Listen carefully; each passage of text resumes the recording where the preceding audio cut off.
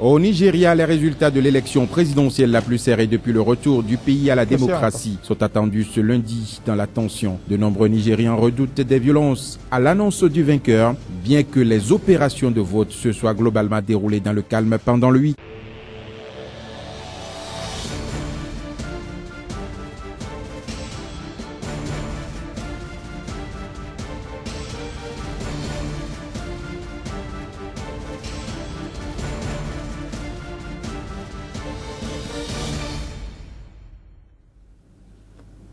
Mesdames et messieurs, bonjour. À quelques jours des élections législatives au Bénin, le pont semble définitivement rompu entre le président de l'Assemblée nationale, le professeur Mathurin Kofi-Nago, et le chef de l'État, le président Thomas Boni-Yayi. Depuis quelques jours, les Béninois sont témoins d'une série de révélations et de dénonciations par médias interposés. Les deux premiers responsables au sommet de l'État béninois, qui semblaient filer le parfait amour, et il y a de cela quelques mois encore, sont aujourd'hui devenus de vrais ennemis. Des confidences d'hier sont aujourd'hui étalées sur la place publique. Que s'est-il alors passé entre les deux hommes d'État pour que les Béninois assistent ce jour à des déballages? Le président de l'Assemblée nationale a-t-il tort de laisser son mentor d'hier? Que cache cette guerre au sommet de l'État béninois? Crise politique au Bénin, rupture définitive entre le président de l'Assemblée nationale et le chef de l'État béninois. C'est le principal thème à débattre ce jour dans votre nouveau numéro de Sika Info Mag.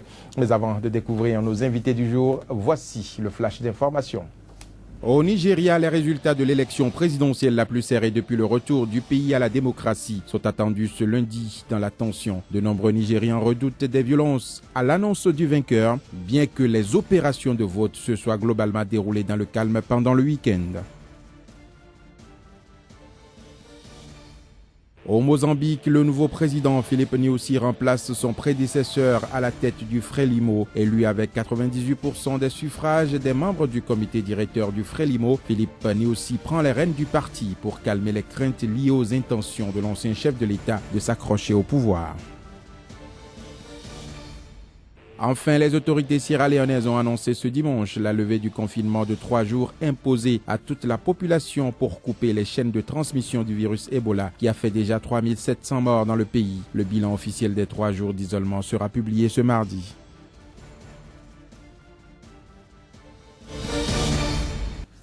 Y a-t-il crise au sommet de l'État béninois? Pourquoi autant de révélations et de déballages à la veille des élections législatives? Ce sont là quelques sujets, quelques interrogations abordées ce jour dans notre débat que nous lançons juste après ce générique.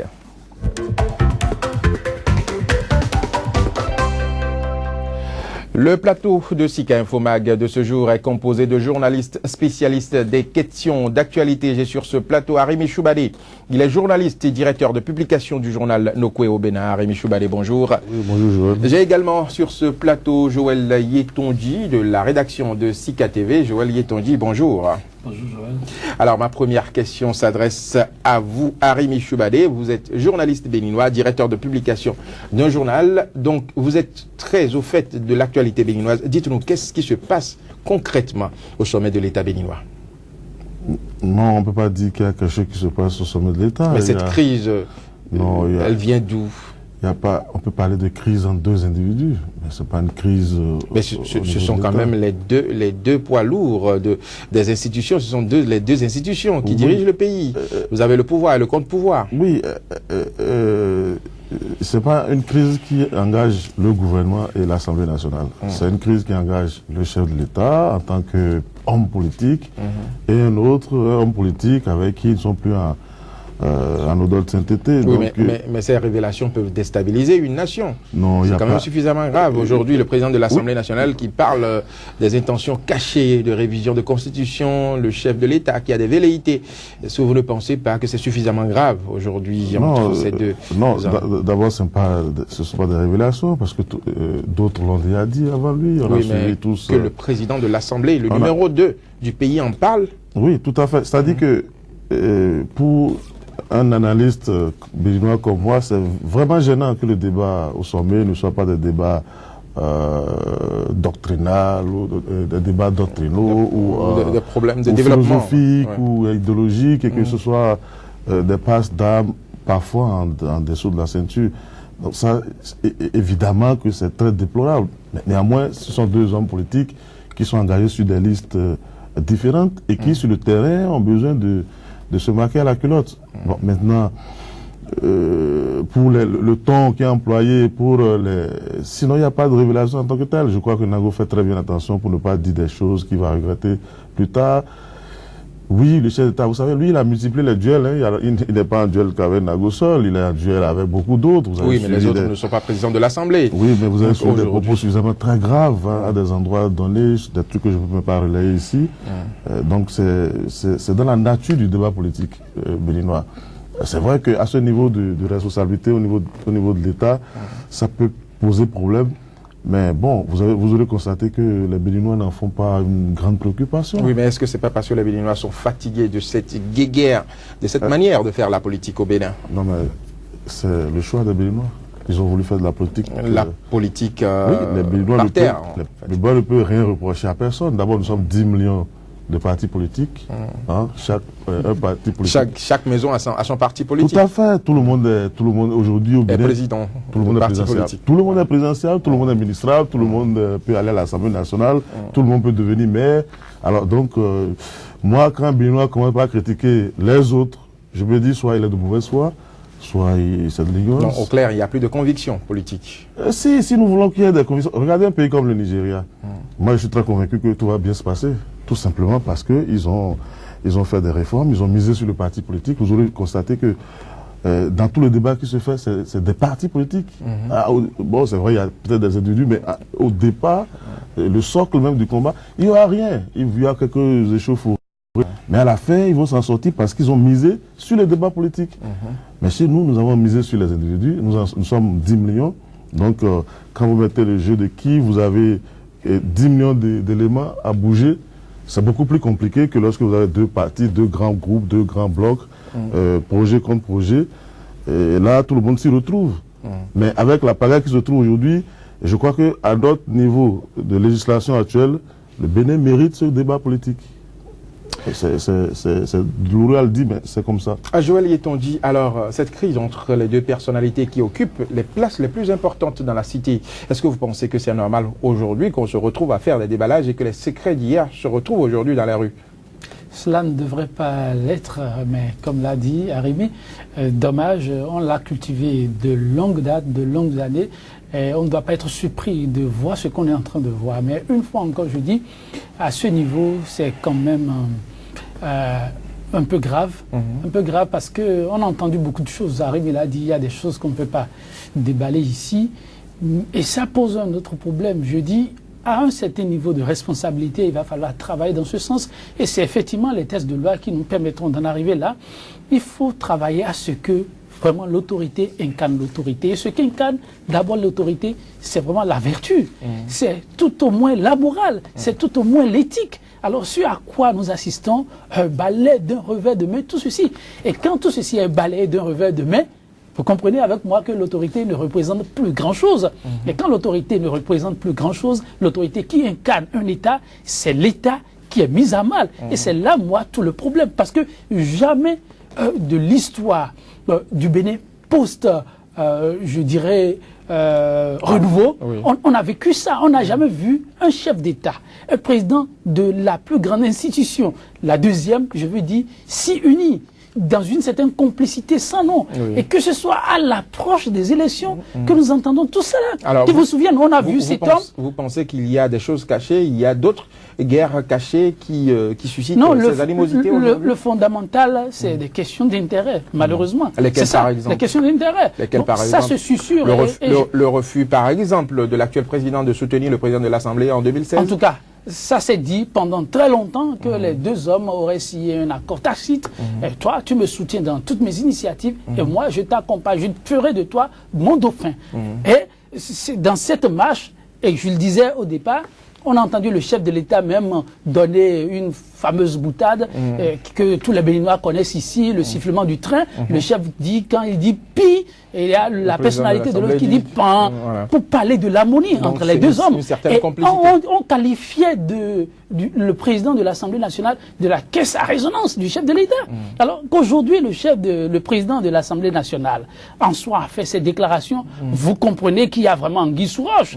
Est-ce qu'effectivement, on n'a pas la preuve de ce qui est cet accord tacite, mais ça y ressemble, parce que tout a commencé. On a commencé par entendre le président de l'Assemblée nationale tenir un certain nombre de propos qui frisent un certain recul par rapport au chef quand il y a eu ce problème de l'Assemblée nationale de révision de la Constitution, pour faire plus précis. Voilà. Donc, est-ce que, quelque part, il n'y avait pas véritablement cet accord et que l'homme a senti à un moment donné qu'on est en train de vouloir le dribbler?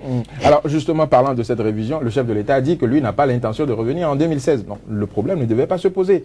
Vous avez suivi, moi je ne parlerai pas en lieu et place des hommes politiques, vous avez suivi le développement que chacun en fait. Et le chef de l'État, dans ses comportements, c'est vrai, excusez-moi que je souris. Ça permet de douter. La parole du chef aujourd'hui, ça faut croire. Et quand vous prenez... Donc vous voulez dire aujourd'hui que le chef de l'État béninois n'a pas de parole? Excusez, je ne veux pas dire ça, mais je peux quand même m'interroger comme tout citoyen, tout observateur. Voyez un chef qui est en train de finir son mandat. Et c'est aujourd'hui, avec assez de chantiers non achevés, mais c'est à l'instant que ce chef, vous le voyez sur tous les fronts, en train d'inaugurer, en train de faire... Le chef de l'État béninois a toujours été sur tous les fronts de construction. Il faut faire au moins le point de l'existant. Et ce qui ne va pas, voir comment le corriger. Il y a assez de chantiers inachevés, mais il y a eu aussi des cas de malversation où on n'a pas pu interpeller les conseillers. C'est un peu le signal que le chef aurait pu donner. Nous allons revenir sur donner. les cas de malversation, parce qu'il s'agira de faire le bilan. Aujourd'hui, Nago qui dit qu'il n'est pas comptable de ce bilan. Alors, Arémi Choubadé, aujourd'hui, le président de l'Assemblée semble parler des velléités du chef de l'État qui veut réviser la Constitution pour rester. Est-ce que vous y croyez? Ah, mais on n'est plus à l'étape de la croyance. Vous avez suivi le dernier congrès du FCBE qui fixe même comme alibi, comme argument de campagne la révision de la Constitution. Oui, mais est-ce que c'est pour rester au pouvoir? Je n'ai jamais vu un chef d'État qui voulait faire un troisième mandat et qui l'a affirmé. Blaise disait, moi je suis pressé de passer le pouvoir après mon deuxième mandat. Après, à la veille du passage de témoin, il a fait ce qu'il a fait. On a vu Tandia, qui a dit d'ailleurs, moi je ne veux pas un troisième mandat, je veux juste un prolongement de 2 ans. Juste pour finir le chantier. Donc ça veut dire que le président de l'Assemblée a raison aujourd'hui de faire sa révélation. Plus anecdotique, c'est le cas Wade. Et Wade, il était dans une constitution où ces 2 mandats, il n'a même pas changé la disposition. Il a fait réviser le test pour revenir plus tard pour dire, ben, écoutez, moi j'ai fait 2 mandats sous l'ancienne constitution, maintenant je permettez-moi de faire mes nouveaux mandats. Tout à fait. Alors, ces exemples aujourd'hui sont légion. Alors, comment se fait-il que le président de l'Assemblée, qui est un professeur d'université, n'ait pas pu s'inspirer de ces exemples et a pu se laisser berner pendant des années? Et c'est aujourd'hui qu'il dit qu'il ne savait pas qu'il y avait des intentions cachées. Non, il ne peut pas dire qu'il ne savait pas. Il a dit qu'il... Puisque, en son temps, il avait soutenu ce projet de révision. Oui, peut-être que... En 2012, un certain Patrice Talon, disait qu'il y avait des velléités. Oui, mais le président de l'Assemblée avait soutenu le président de l'Assemblée. Le président de l'Assemblée aussi disait qu'il organisait la résistance de l'intérieur, tout en sachant là où voulait la mener. Vous savez qu'il est passé d'une position de subordination en tant que ministre dans le gouvernement. Ministre de l'enseignement supérieur. Tout à fait, donc pour passer à président de l'Assemblée nationale. Et à un moment donné, mais c'est vrai que Nago doit se reprocher beaucoup de choses, en tout cas le bureau qu'il a incarné, parce que vous savez, il y a eu presque le chef de l'État a tiré l'essentiel de cette législature. Il a eu à renouveler la Cour constitutionnelle, il y a eu à positionner ces gens à la Sénat, à la HAC, etc. Donc, il ne reste que l'Assemblée. Non, il ne reste plus rien à tirer de Nago en fait. Et Nago l'a compris que de toute façon, il ne faisait plus partie du schéma. Et donc, lui, il fallait se frayer. Dans ces conditions, il ne se sent plus lié par quelconque. Tout ce qu'on peut se demander, on peut se demander, ben, si il était encore dans le schéma, qu'est-ce qui allait se passer? Est-ce que si on lui avait promis, il était sûr que prochainement... D'être le dauphin en 2016. D'être le dauphin, pas en 2016, parce que s'il y avait un projet comme ça, donc 2016, c'était pas pour lui.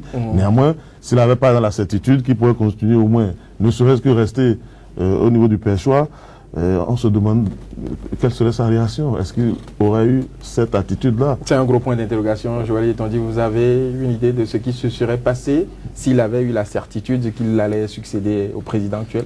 C'est clair, tout se joue sur le dos du contribuable. Donc il allait soutenir la révision de la Constitution? En tout cas, tout porte à le croire. Le chef, le président de l'Assemblée nationale a lâché comme mot qu'il n'a pas le retour de son investissement. Qu'est-ce que ça signifie? Ça veut tout dire. Si l'homme était conséquemment accompagné, ce n'est pas évident de le voir dans la posture qu'il a finalement adoptée. Donc en fait, c'est un jeu d'intérêt aujourd'hui. C'est un jeu d'intérêt, ça a toujours été le cas. Donc il faut espérer pendant longtemps encore que les choses vont changer. Donc Nago aujourd'hui n'aura qu'à s'en prendre fondamentalement qu'à lui-même. Nous allons revenir tout à l'heure au bilan du régime en place critiqué par le président de l'Assemblée nationale. Madame, Monsieur, ce sera tout pour le premier quart de votre magazine Sika Info Mag. Merci de nous avoir suivis. Sika Info Mag se poursuit. Nous entamons à présent le deuxième quart consacré à l'actualité économique en Afrique et dans le monde entier. Le journal de l'économie est une présentation signée Inès Armoisseau.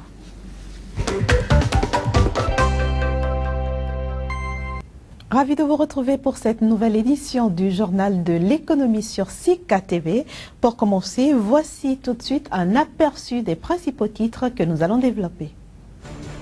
Le groupe Total se désengage de plus en plus de projets à terre au Nigeria. Il a cédé ce lundi ses parts dans le projet onshore OML 29. La Côte d'Ivoire en passe de devenir le numéro 1 de la...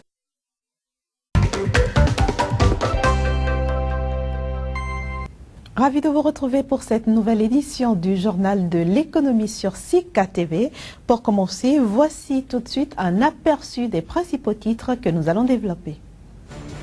Le groupe Total se désengage de plus en plus de projets à terre au Nigeria. Il a cédé ce lundi ses parts dans le projet onshore OML 29. La Côte d'Ivoire en passe de devenir le numéro 1 de la transformation de cacao. Le pays fait de la transformation industrielle sa priorité de l'heure. La fin des quotas laitiers suscite des inquiétudes en France. Certains producteurs redoutent entre autres une chute des prix du lait. Je le disais à l'instant, le géant pétrolier Total a cédé ce lundi les parts qu'il détenait dans un projet pétrolier en cours de développement au Nigeria. Ces parts reviennent désormais à une société nigériane pour 569 millions de dollars. Pour ce qui porte à 1 milliard de dollars le total de la somme encaissée par ce géant pétrolier après les ventes récentes de ses parts dans les blocs OML 24 et 18. Nous allons tout de suite nous rendre en Côte d'Ivoire. La Côte d'Ivoire, premier producteur mondial de cacao qui entend s'imposer dans d'autres secteurs nettement plus rentables de cette industrie. Elle est en passe de devenir le numéro 1 de la transformation de fèves et s'est lancée dans la production industrielle de chocolat. Voici ce que ça donne en images. Avec plus de 35% des récoltes mondiales et une production record de plus de 1,7 million de tonnes en 2014, la Côte d'Ivoire a fait du cacao sa principale source de revenus depuis son indépendance en 1960. L'or brun y représente 22% du PIB, plus de 50% des recettes d'exportation et surtout les 2/3 des emplois et des revenus de la population. Un rendement que le pays entend améliorer considérablement en se lançant dans la transformation du cacao et l'exportation de produits finis et semi-finis. Transformer le cacao, c'est créer plusieurs valeurs localement. C'est donner des emplois aux Ivoiriens. C'est apporter plus de ressources à l'État, c'est contribuer au développement de notre industrie, etc., etc. Un avis largement partagé au sein de l'Organisation internationale pour le cacao. Nous croyons plutôt à la nécessité de permettre aux pays producteurs d'avoir une plus-value. Donc pour nous, la question de la transformation, la question du broyage est une question fondamentale. Pour les industriels, la décision du gouvernement ivoirien de promouvoir la transformation du cacao est une aubaine. Toute chose que la stabilité politique qui règne dans le pays encourage davantage. Et nous avons choisi donc d'investir aujourd'hui en Côte d'Ivoire pour pouvoir fabriquer du produit consommateur pour le marché d'Afrique de l'Ouest. Ce qui est très important, c'est que sur cette région, vous avez une classe moyenne qui s'est très fortement développée et qui aujourd'hui a tout à fait le pouvoir d'achat pour acheter du vrai chocolat, des vrais produits autour du cacao. Nous avons une relation très forte avec les planteurs, avec les coopératives et la marque C'est Moi est connue à l'intérieur du pays justement par notre relation d'achat de cacao et de partenariat avec des coopératives. Notons que pour la saison actuelle, quelques 540 000 tonnes de fèves seront transformées en Côte d'Ivoire, soit un tiers de la production annuelle. En 2020, les autorités du pays entendent broyer sur place 50% des fèves récoltées. Par ailleurs, Abidjan souhaite attirer sur ses terres le siège de l'Organisation internationale de cacao, actuellement basée à Londres, ce qui pourrait augmenter l'influence du pays dans le secteur. Restons en Côte d'Ivoire où la Bourse régionale des valeurs mobilières en abrégé BRVM a été mandatée pour mettre en place un mécanisme d'accès des PME au marché international. La Bourse multiplie donc les signatures de conventions avec les fonds privés pour atteindre son objectif. C'est un constat de notre correspondant sur place, Chris Parterne à Sémia. Apposition de signature, échange de parapheurs, échange de poignées de main. La BRVM et Phoenix Capital Advisor sont désormais engagés dans le projet d'expansion de l'institution et la vulgarisation de la culture boursière en Afrique de l'Ouest. Phoenix Capital Advisor est un fonds de garantie ou private equity dans le milieu financier.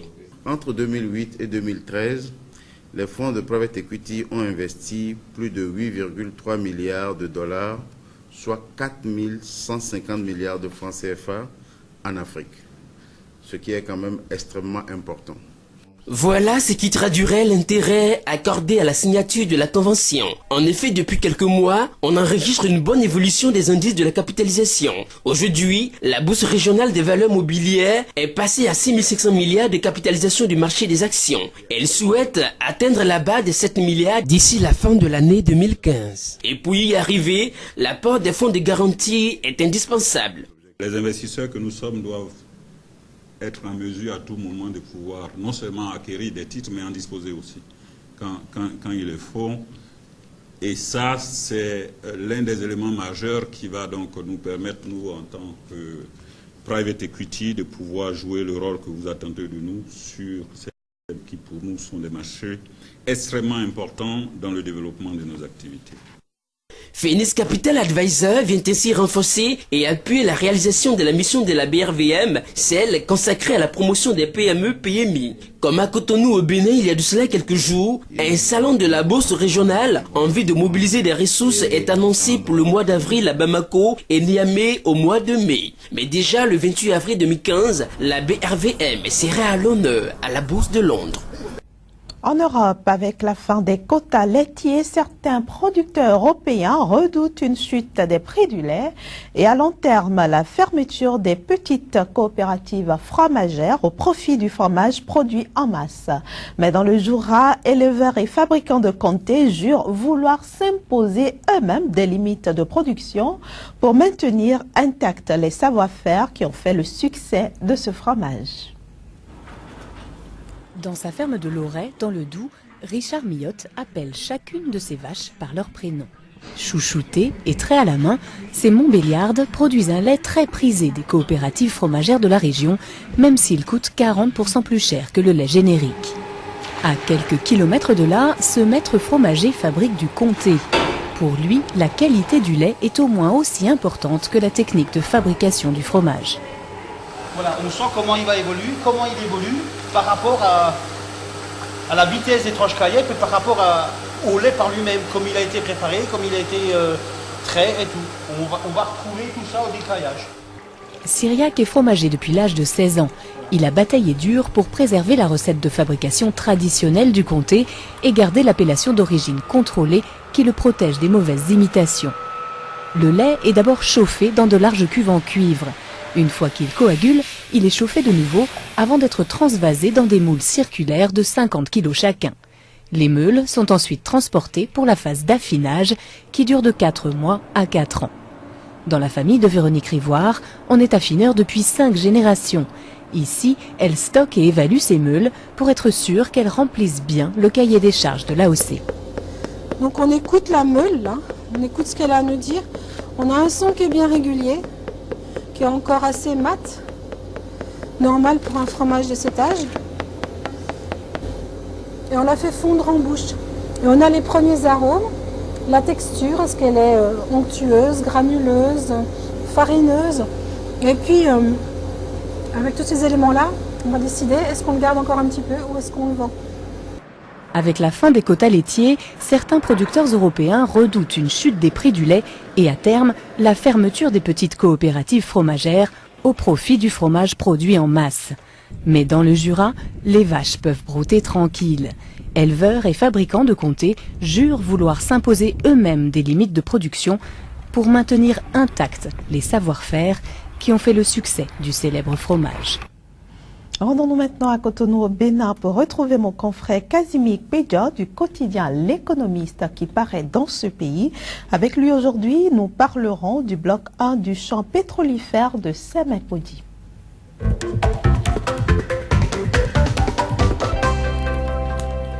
Casimir Pédia, bonjour. Bonjour. Ravi de vous retrouver ce lundi. Tout le plaisir pour vous. Alors, bloc 1 du champ pétrolifère de Séma au Bénin, le pétrole tarde à couler. C'est bien sûr la une qu'affiche aujourd'hui votre quotidien, L'Économiste. Alors, quelle est la situation exactement sur le terrain? Il faut dire que depuis 2008, le Bénin s'est engagé dans l'exploration de son sous-sol, notamment des réserves pétrolières il se pourrait qu'on ait au niveau de la mer. Alors depuis ce temps jusqu'à cette date, eh bien, on n'a pas senti grande évolution au niveau de l'État et au niveau aussi de la société Sapetro qui a en charge l'exploration et aussi l'exploitation de ce champ pétrolier. Alors qu'est-ce qui se passe exactement là-bas? On ne saurait le dire avec précision, mais toujours est-il que selon les décisions du gouvernement, notamment la déclaration faite par le ministre en charge des ressources minières, Barthélémy Kassa, le bloc 1, parce que nous disposons d'environ 12 blocs sur les 125 km de côte maritime dont dispose le Bénin. Et donc, selon les informations, c'est que à la date du 31 décembre 2014, le Bénin devrait pouvoir s'inscrit dans le creuset des pays qui exploitent l'or noir au niveau du continent et au niveau du monde. Alors depuis ce temps jusqu'à aujourd'hui, rien et aucune information ne vient du gouvernement, encore moins de la société qui a en charge la gestion et l'exploitation. Autrement dit, nous avons 3 mois de retard. Comment est-ce que vous justifiez cet état de choses? 3 mois de retard déjà qui sont forcément facturés soit aux pauvres béninois ou bien à la société qui du jour au lendemain va rentrer en possession de ces sous. Alors 3 mois, c'est beaucoup de francs CFA déjà gaspillés dans cette exploitation. Cette situation s'explique simplement par le fait que au niveau du gouvernement, au niveau de l'État, on bavarde beaucoup, on communique beaucoup et forcément on n'annonce pas les vraies valeurs. On essaie de tronquer un peu la recherche et on fait croire aux populations au monde entier que nous disposons forcément de l'or noir, alors que les études réelles, les études pouvant nous permettre de disposer de cela, les études sont biaisées et forcément quand ça se passe comme ça, vous savez, en économie surtout, en termes d'exploitation minière, ça ne trahit pas, les résultats sont là et c'est déjà ces 3 mois et je suis sûr, je ne suis pas un oiseau de mauvais augure, mais les jours prochains, le Bénin va davantage alourdir son adroise en termes de résultats non encore espérés au niveau de l'exploitation. À vous entendre, on a envie de demander, est-ce que le Bénin peut enfin espérer un jour disposer d'une plateforme offshore? Oui, lorsque vous avez le schéma qui suit, c'est que vous constatez que le Bénin étant bien situé au niveau du Golfe, il n'est pas normal que nous ne puissions pas disposer de ressources pétrolifères. Alors, qu'est-ce qui se passe aujourd'hui? C'est que les politiques, quand vous voyez bien le schéma, les politiques n'arrivent pas aujourd'hui à engager les études nécessaires, à engager les dépenses qu'il faut, la politique nécessaire pour pouvoir offrir aux recettes publiques l'or noir. Et donc, mais qu'est-ce qui bloque exactement, puisque de toute façon, ça devrait profiter à l'État? Oui, il y a la crainte aussi de l'insécurité. Il y a beaucoup de facteurs ici qui font que forcément l'État ne s'engage pas à fond. Et il y a aussi que Bon, ben, de l'autre côté, hein, vous savez, les partenaires ne sont pas des philanthropes et donc hein, ils ne voient pas forcément leurs intérêts dans ça et ils ne s'engagent pas. Il faut dire hein, que sur ce bloc, par exemple, nous avons environ 87 millions de barils qui ont attendu sur les 14 ans et on devrait commencer par l'exploiter courant, comme je l'ai dit, 1er janvier 2015, mais ça tarde toujours à venir. Vous êtes optimiste ou pas? Beaucoup optimiste car l'adage le dit. Merci beaucoup Kazimik Pédior pour toutes ces explications. Merci également à vous, chers amis téléspectateurs, de nous avoir reçus chez vous. On se retrouve demain pour un autre journal de l'économie. Au revoir.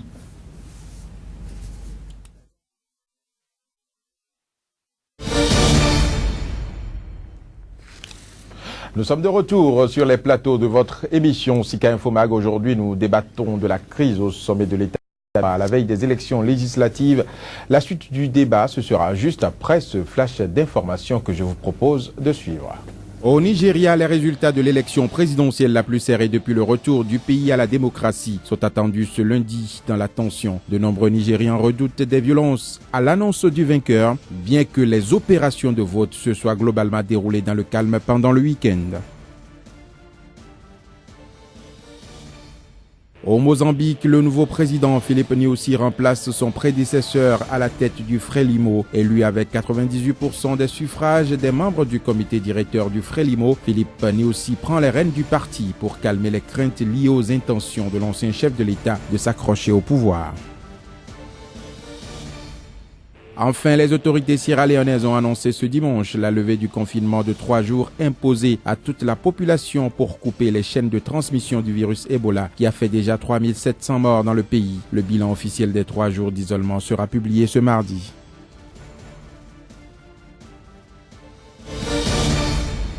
Nous allons retrouver tout à l'heure nos invités pour la suite du débat, mais avant, voici le générique.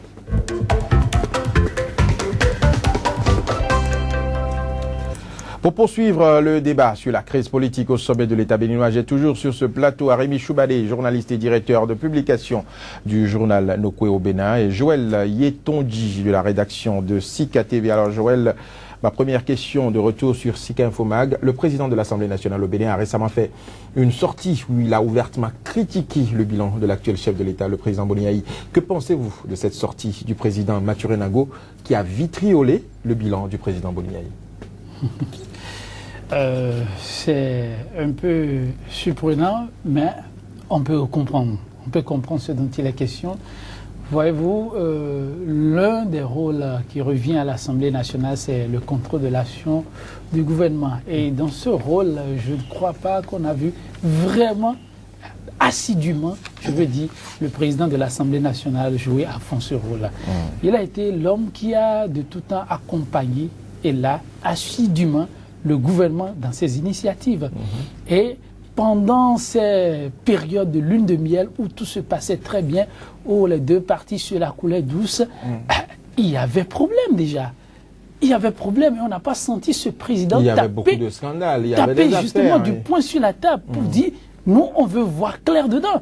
Quand même on interpelle le gouvernement, les ministres qui viennent défiler, la suite, il n'y a plus rien. Ça oui, ressemble est-ce que ce n'est pas plus. Parce que la loi aujourd'hui, après les questions orales, il n'y a pas de suite normalement selon la loi béninoise. On peut mieux faire. Voyez-vous un peu ce que nous avons comme revers et répercussions dans la masse populaire, ces sorties du président de l'Assemblée nationale? Voyez-vous un peu l'effet que ça produit dans la masse populaire et que le président de l'Assemblée nationale, aux premières heures des scandales qu'on a connus sur ce régime qui l'a accompagné, le voit sortir, donner de la voix, rien que ça. Vous ne pensez pas que ça allait changer beaucoup de choses et même freiner le président dans son élan? Non, il a concouru à cela, il l'a accompagné. En tout cas, donc, au clair, sa responsabilité on ne veut pas la mort du pécheur. C'est heureux qu'aujourd'hui, tout cela en soit à confesser que ça ne va pas. Au moment où certains déjà appuyaient là où ça faisait mal, attiraient l'attention sur ce qui n'allait pas, on ne voulait pas les croire. C'est dommage et espérons vraiment qu'un jour, Parce que là, l'Assemblée, je crois que l'Assemblée nationale est carrément en fin de mandat. La dernière plénière, c'est pour la semaine. Et après ça, plus rien. Si Mathurin Kofinago ne revient pas, même s'il revient, rien ne rassure qu'il sera encore président de l'Assemblée nationale. Alors, son mea culpa, on l'accepte, mais je pense que ce serait à leur corps défendant, je veux parler des Béninois, d'accepter tout ceci, tout beau comme il le présente là.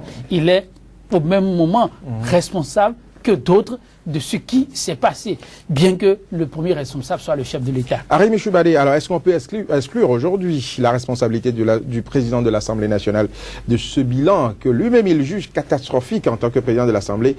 On sait quand même que son institution est un organe de contre-pouvoir. Est-ce que sa responsabilité est écartée? Oui, Nago n'est pas son institution. Le problème, c'est de savoir quelle était sa, comment appelle-t-on, sa marge de manœuvre. Sa marge de manœuvre. Et puis, quel était son impact? Il est président de l'Assemblée. Il doit quand même assumer sa mission.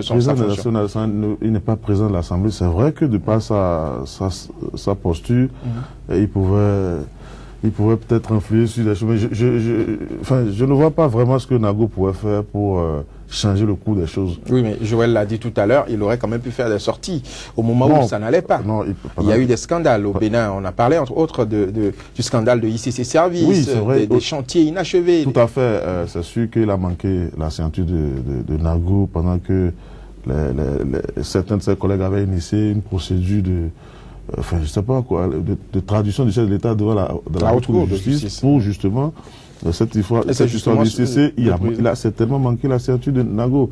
Mais est-ce que c'est parce qu'il aurait posé sa ceinture que le chef de l'État serait passé devant la Haute Cour de justice? Mais le président de l'Assemblée, c'est quand même un poids lourd. Ça aurait pu peser dans la balance. Oui, il n'a qu'une seule voix comme les autres. Je ne sais pas de le dédouaner, mais moi j'ai beaucoup plus pitié de lui que de le condamner. Il a subi. Alors, imaginez ce monsieur-là, professeur d'université, avec son parcours et tout le reste, qui a dû avaler tout ça là pendant toutes ces années sans pouvoir parler. Imaginez. Mais qui l'a empêché de parler? C'est pathétique. Qui l'a empêché de parler? Non, c'est pathétique. Moi, je découvre comme vous. Je découvre comme vous qu'un homme de cette posture-là puisse subir autant pendant toutes ces années. Aujourd'hui, peut-être, il est dans la délivrance. Et moi, j'ai pas envie de l'accabler parce qu'il il a pu trouver l'occasion de se délivrer. Alors, donc, s'il y en a d'autres en esclavage de cette manière-là, qu'ils puissent se libérer. C'est le moins qu'on puisse espérer pour ce pays, parce que du moment où les lignes ne sont pas assez claires, et que, puisque pendant longtemps, aujourd'hui, qu'est-ce qu'on remarque? C'est ceux qui étaient dans la mouvance qui sont devenus aujourd'hui les vrais opposants. Les autres opposants classiques, traditionnels ont presque disparu. Et c'est ceux qui sont rentrés dedans et qui aujourd'hui essaient de sortir et qui parlent. Enfin, c'est tant mieux. Mais on ne peut pas l'accabler davantage.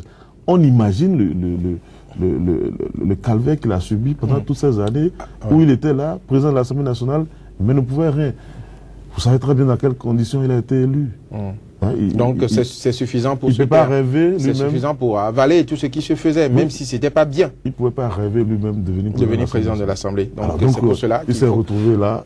Alors, Arémi Choubadé, au nombre des cas de mauvaise gestion dénoncés, le président Mathurin Nango a parlé également des éléphants blancs, c'est-à-dire des chantiers inachevés. Alors, on sait que l'un de ces chantiers, c'est le chantier de l'Assemblée nationale. Le gouvernement aujourd'hui décline sa responsabilité et dit que des prestations ont été confiées à des députés commerçants. Alors, aujourd'hui, à qui est-ce qu'on peut imputer la responsabilité du siège inachevé de l'Assemblée nationale? Oui, je me souviens que, vous savez, l'histoire du siège de l'Assemblée nationale, c'est comment vous appelez, en 2008, le fameux collectif budgétaire qui a été pris par ordonnance. C'est une responsabilité personnelle du chef de l'État. Personne d'autre ne peut assumer le scandale de ce siège-là parce que c'est la majorité parlementaire a rejeté ce collectif budgétaire. Et c'est dans ce collectif budgétaire que vous allez voir l'histoire de la CENSA, de la clôture du stade, je crois, de Parakou, ou beaucoup d'autres choses. Là. Donc, c'est un piège alors que le pouvoir a tendu aux députés. Non, les députés ont refusé, ont rejeté. C'est vrai, Nago n'était pas du camp de ceux qui ont rejeté. Mais le chef d'État a pris la responsabilité personnelle dans cette histoire-là. S'il y a scandale, le seul qui devait endosser toutes les responsabilités, c'est le chef de l'État. Parce qu'il a pris sur lui la responsabilité. il s'est adressé à la nation, il a pris une ordonnance pour dire, ils ont refusé, vos représentants ont refusé, mais moi je m'engage à réaliser cet ouvrage-là, quoi qu'il en coûte. Et voilà ce que ça nous coûte. Oui, mais ce n'est pas lui qui a réalisé sur le terrain. On sait que des députés ont pris des marchés par rapport à ce chantier. Non, personne n'a pu démontrer qu'un député a pris un marché. Nous avons pris en interview un député béninois qui reconnaît qu'il a pris des marchés et qui n'a jamais fini, justement. Ce que je continue de dire, sur ce téléphone blanc précisément, il n'y a personne dont ne peut rien assurer. Parce que je présume que les députés ont pu analyser tout ça pour dire si on engage, ça ne peut pas marcher. Et on dit, nous rejetons en bloc. Et la majorité s'est dégagée, une majorité à l'époque, en 2008, pour rejeter ce collectif budgétaire, et que le chef d'État dit jamais, c'est ça qui est bon pour le Bénin. Alors, s'il regarde ce qui se passe et il pense que c'est bon, que 14 milliards soient envasés de cette manière-là, il n'y a pas de problème, il assume. Mais qu'il ne demande pas aux autres de venir assumer avec lui, parce qu'il était prévenu. Mais aujourd'hui, on annonce la reprise de ce chantier avec d'autres milliards. Les députés aujourd'hui ne réagissent pas. Le président de l'Assemblée ne monte pas au créneau pour poser le problème de l'attention. Il y a beaucoup trop de problèmes autour de ce chantier. Il y a eu des gens qui sont allés en prison, qui sont sortis de prison, qui se sont retournés comme l'État béninois. Il y a l'État béninois qui doit encore de l'argent à certains qui ont travaillé sur le chantier. Donc il y a beaucoup trop de problèmes. Il y a beaucoup trop de problèmes à régler autour de ce chantier avant qu'on ne passe... Parce qu'on n'a pas soldé définitivement le contentieux qui est né à l'arrêt du chantier. Alors c'est vrai qu'on peut trouver un consensus avec l'entrepreneur pour redémarrer. Je ne crois pas qu'on en est encore là. Maintenant, le gouvernement veut passer en force à nouveau pour commencer par faire des travaux sur les lieux. Mais les autres, ils ont déjà introduit, je crois, une procédure judiciaire et forcément que, de toute façon, le sort de ce chantier-là dépend plus de la procédure judiciaire que de la volonté du chef de l'État. Sa volonté, on a déjà vu là où ça a mené, sa volonté qu'il a exprimée avec force, parce que ça a mené le pays à l'époque dans une grave crise, et maintenant on en est là et n'oubliez pas, parce que quand vous voulez mettre ce téléphone blanc, il faut grouper ça avec les autres qu'on a enrobés dans cette histoire de collectif budgétaire. Alors, Joël Yetonji, alors la responsabilité de l'éléphant blanc, le siège de l'Assemblée nationale au Bénin, toujours non achevé, alors que des députés ont pris des marchés. À qui imputer cette responsabilité? Vous êtes du même avis que Arémi? Je partage son avis dans la démarche. Et quand vous observez très bien, le reflet que ça renvoie, c'est le problème de la tête et des autres membres du corps. La situation que le Bénin vit actuellement, c'est malheureusement ça, je ne dirais pas plus. Quand la tête, ça ne va pas, les autres membres sont contaminés. Et j'observe qu'au Bénin, de plus en plus, vous ne serez peut-être pas d'accord avec moi, mais je dis que c'est fondamental. Si on veut qu'une nation prospère, il faut vraiment revenir en arrière et travailler l'éthique et la morale. Et ça manque sérieusement au Bénin. Alors, ce n'est pas parce que c'est le chef, ce n'est pas parce que c'est l'aîné qui a parlé qu'on suit à la lettre. On doit savoir prendre du recul. On ne comprend pas que tout le monde suit, parce que le problème qui se pose, et que j'aime à soulever régulièrement, on observe l'aîné et on suit, et on s'assure de sa protection, et on se dit que tout est permis, même les crimes. Il n'y a même pas de crime qu'on peut concéder. Non, sous ce chapeau, tout le monde se permet ce qu'on ne peut pas se permettre. Alors, le chef de l'État, en posant des actes répréhensibles, tout le monde a conscience de ce que ça ne va pas. Les députés ne devraient pas suivre le chef de l'État dans sa démarche. On l'a fait parce que c'est lui. On l'a fait parce qu'on est dans un régime où, quand on observe très bien, le chef est suffisamment fort, avec bon nombre des institutions qui sont presque à sa merci. Et quand ça se passe comme ça, on se dit, on peut y aller. Et c'est là où on est, sans oublier qu'il y a le revers de la médaille. Aujourd'hui, ceux-là qui sont dans ce dossier, facilement, ils pourront se faire rattraper demain. Si aujourd'hui ils jouissent de l'impunité et que demain, par la force des choses, ils ne reviennent pas avec le chef qui tempête qu'il veut avoir au moins 50 députés à l'Assemblée nationale, et sur la liste, ce ne sont pas ceux-là qui ont malheureusement accompagné le chef de l'État, qui sont sur sa liste de députés qui le rejettent. Il y a de fortes chances que ceux-là ne reviennent pas à l'Assemblée. Qu'ils ne reviennent pas. Et s'ils ne reviennent pas, ils se feront rattraper par ce dossier. Donc, et ils ont l'obligation. Il peut les poursuivre. Il peut les poursuivre. Ils ont l'obligation de rendre compte. Et si le chef de l'État, comme d'habitude, dit qu'il n'est pas informé de ces dossiers, ce sont les gens qui l'ont induit en erreur, demande à ce que... Il y a l'ordonnance dont Rémi vient de parler, il ne peut pas ne pas être informé. Il y a de l'ordonnance, mais la suite, lui ne comprend pas comment ça s'est passé par la suite. Vous allez entendre des discours du genre. Et le peuple va encore applaudir ce chef. Parce que, remarquez, il y a une donnée non négligeable. Nous avons une population majoritairement analphabète. Et quand le chef de l'État vient pleurer ou bien faire une mine de pauvre et dit « ils m'ont roulé, ils m'ont tourné en rond, ils ont abusé de ma compréhension », un chef suffisamment large, mais ceux-là ont tout fait de se retrouver derrière les barreaux. Et les gens oublient tous ces... Vous voulez dire qu'il s'est enfariné, la population? Je ne sais pas si c'est le mot, mais j'observe un certain nombre de faits et je constate que ce sont ces intellectuels que l'autre a qualifiés d'intellectuels tarés qui continuent de se faire avoir. Ils croient bêtement à tout ce qui se fait. Il y en a, dit-on, à qui on a dit écoutez, vous ne payez pas les impôts, il n'y a pas de problème, on est ensemble. Et après, ils se font rattraper. Vous voyez ça? Vous comprenez ça? C'est le chef qui est le plus malin de tout le lot, qui joue à fond l'intrus dont on dit qu'il ne connaît pas la maison, et qui fait le jeu politique. Il sait leur tendre les pièges. Tout à fait, c'est ce que moi j'observe, et ils tombent là-dedans. Ils vont finir par se faire avoir. Et on ne peut pas continuer pendant longtemps encore à poser des actes sans se faire rattraper. Joël Yetondu, nous sommes pratiquement à la fin de cette émission. Comment vous voyez la fin de cette crise au sommet de l'État? Bon, comme l'a dit mon confrère, il ne s'agit pas fondamentalement d'une crise au sommet de l'État, mais il s'agit vraiment d'un combat politique entre deux grands hommes, je vais l'appeler ici, et c'est le plus malin qui va l'emporter. Mais le chef, moi, je dis politiquement, je suis un peu admiratif de l'homme, parce qu'il sait atteindre ses objectifs. Citez et voyez très bien tout ce qui se passe, même si au départ on commence par lui jeter la pierre, lui, il arrive à tirer son épingle du jeu. Alors, j'ai un peu de la peine pour le président de l'Assemblée nationale. Je me demande s'il pourra vraiment s'en sortir. S'il parviendra à avoir vraiment sa place à l'Assemblée nationale, le siège, s'il parviendra à l'avoir, déjà, on arrive à remonter ses frais contre lui. L'autre chose, j'ai un peu de la peine pour ce peuple béninois. Est-ce que le peuple parviendra vraiment à choisir les hommes qu'il lui faut? Merci Joël. Rémi Choubadé, très rapidement, la fin de cette crise, comment vous la voyez? Non, on ira aux élections. Et les électeurs vont trancher entre les deux. Parce que vous avez, le chef d'État a allumé tellement de fronts. Vous savez, il n'a pas que Nago à surveiller, comme le laisse le feu, il doit surveiller à côté l'autre de l'UN, il doit surveiller au nord les gens du soleil, les éclaireurs. Et il doit batailler dans la vallée avec les renverts et consorts. Donc, il a allumé tellement de feu que Nago, de temps en temps, peut souffler, espérer, sans prétendre le battre définitivement. Il peut quand même espérer tirer les mains du feu, comme d'autres ailleurs essaieront de voir, parce qu'il y aura beaucoup. Vous savez, dans cette élection-là, ça va être à celui qui va distribuer le plus d'argent, qui va être au plus proche des populations, etc. À ce jeu-là, le chef d'État peut être partout, quand bien même son hélicoptère fait des prouesses ces derniers jours. Merci Rémi Choubadé. Madame, Monsieur, nous sommes presque à la fin de votre débat de ce jour, mais avant de partir, je vous invite à suivre cette bande-annonce. Mesdames et messieurs, bonjour et bienvenue sur votre premier numéro de Sika Infomag, un magazine d'information consacré au décryptage de l'actualité politique et socio-économique en Afrique en 3 quarts d'heure.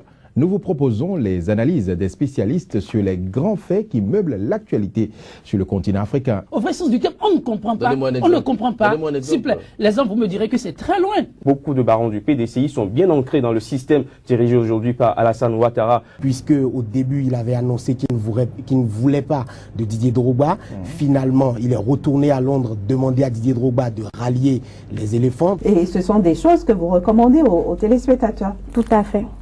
Sika Infomag, c'est du lundi au vendredi sur Sika TV. Un autre visage de l'actualité en continu sur le continent africain.